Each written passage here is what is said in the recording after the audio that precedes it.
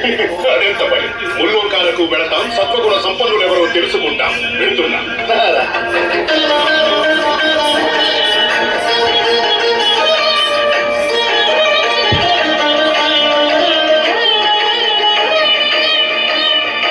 బ్రహ్మలోకమున వీణానాదలోలుడైన ఆ బ్రహ్మపై ప్రభువు ఆగ్రహించెను. పూజార్హత లేకుండునట్లు శపించెను.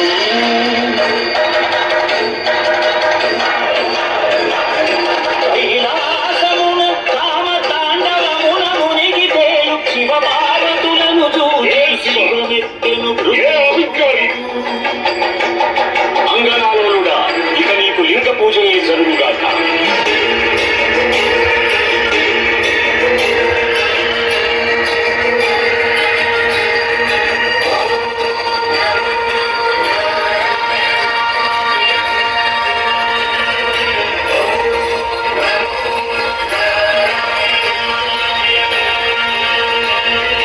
వైకుంఠమున విష్ణు వైభోగము కాంచి ఎగసి లక్ష్మీ నివాసము హరియద వైతము.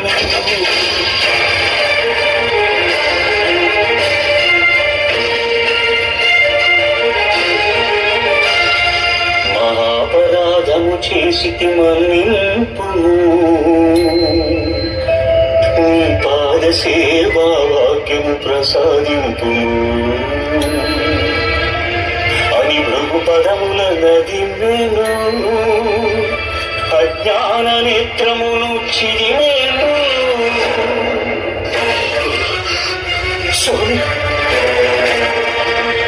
అవమానమును నేను భరింపలేను. భృగుపాదము సోకిదని ఎదను నిలువజాలను అని చిటపటలాడుచు శ్రీహరిని వీడెను.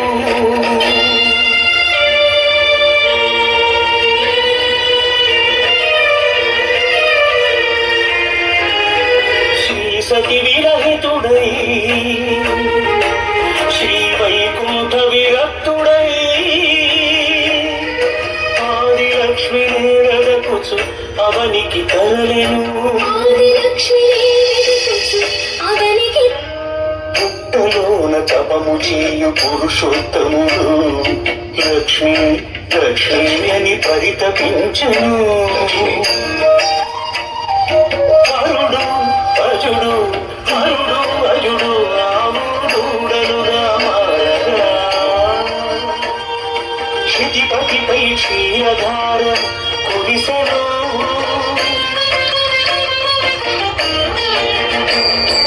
గోపాలుడు కోపముతో గుట్టది విసిరెను. అడ్డుకున్న పరమాత్ముడి పసికి గురుగలేను.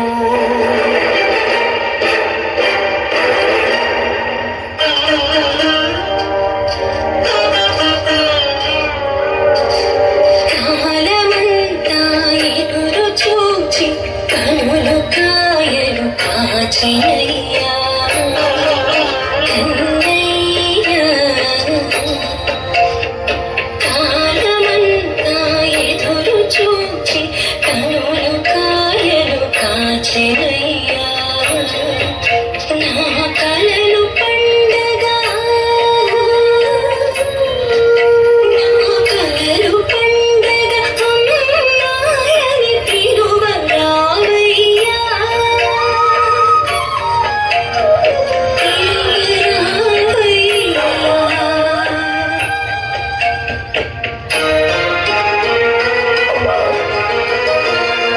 శ్రీనివాసుడే బకులకు చిన్న కృష్ణుడై తోచెను.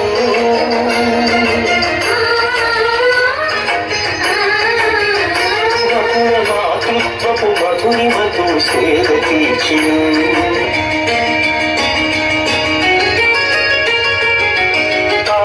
ఆకాశరాజపుత్రిక అసమ సౌందర్యవల్లిక అరవిరిదగముల అలరులు కురీచు ఆటలాడుతూ ఉండగా మత్త గజము కరిగెను.